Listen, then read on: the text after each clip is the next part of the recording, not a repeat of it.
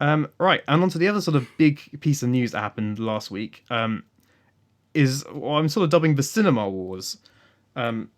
So, as we know, cinemas are now shut at the moment, and there's a lot of releases. The main ones being like Trolls World Tour, which sort of were too late to really delay the release and sort of had to come out on streaming only.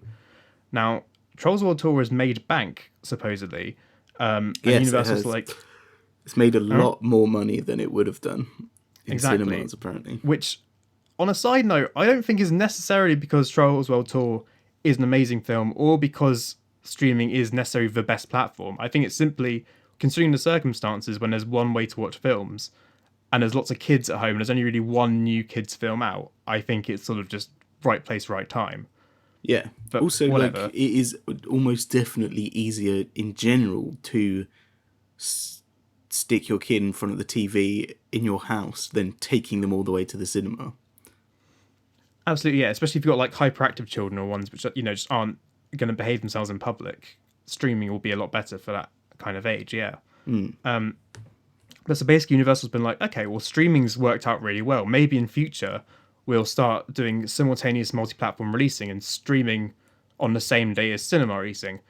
Not Yeah. a new concept, but at either No, rate, not at all.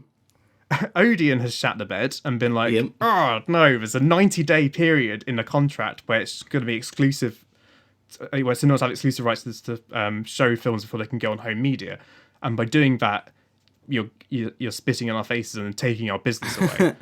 Which Yeah. we'll get back to. But so basically, Odeon has now decided to ban all Universal films from their cinemas, and then like the next day, Cineworld was it Cineworld? Yeah, yeah, yeah. Yeah, and then Cineworld also was like, we're also going to ban Universal films.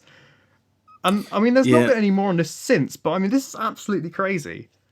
I mean, for one thing, if we consider Universal as Bond at the moment, so No Time to Die, which is coming out in November, at this rate, we've got the end of the Bond franchise that's been waited on for years. It's this big, action blockbuster spectacle with like millions of fans across the world. And Odeon and Cineworld are deciding not to show it in a theatre because Universal decided they want to do simultaneous multi-platform releasing. Like, it's absolutely bonkers. Yeah, Like, it is. It is insane because also it just feels like they're throwing their toys out the pram for no reason other than like, oh, they think they're going to lose money. But I feel like by not showing their films, you're only going to lose money as well, and you've chosen the path that will lead you to losing even more money.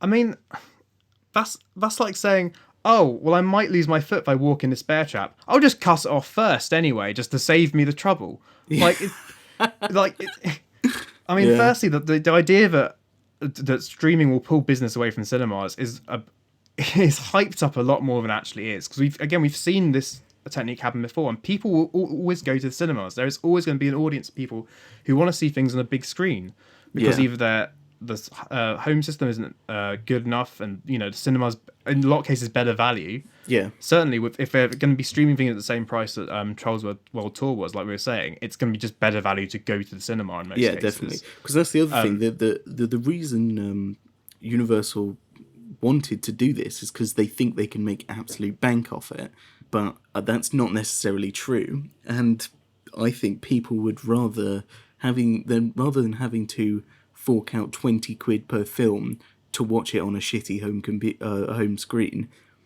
you'd rather pay 5 quid to see it on the massive screen. And that's the thing as well, because like I mean, on the one hand, I mean, because if streaming like every release that came to theaters as well happened, what would happen is just more people would see films because not everyone can get to a cinema. So like we're talking about Color Out of Space came out a couple of months ago that we wanted to see, Yes. but we just couldn't get to a cinema. Or if we could have, it was like in London, we'd have to pay 20 quid on the train to get up there, which is Yeah. more than the film costs. Yeah. So we just didn't bother. But if it had streamed, we'd have watched it, and then that would still be money to no one loses by having every platform available. What Yeah. happens is everyone chooses what works best for them. And in a lot of cases, the cinema probably work best for a lot of people because it is, and most people do agree, the best way to watch a film. It's what they're designed for. Yeah.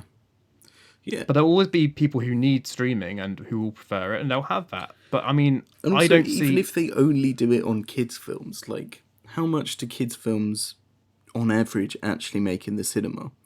Because if you think about, obviously, there's massive ones like the Disney films and that, but I can guarantee you that the Paw Patrol tie-in film that was in this screens at View wasn't making the big bucks.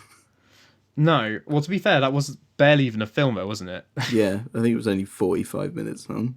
Yeah, I think half of it's an advert of something else as well, from what I've heard.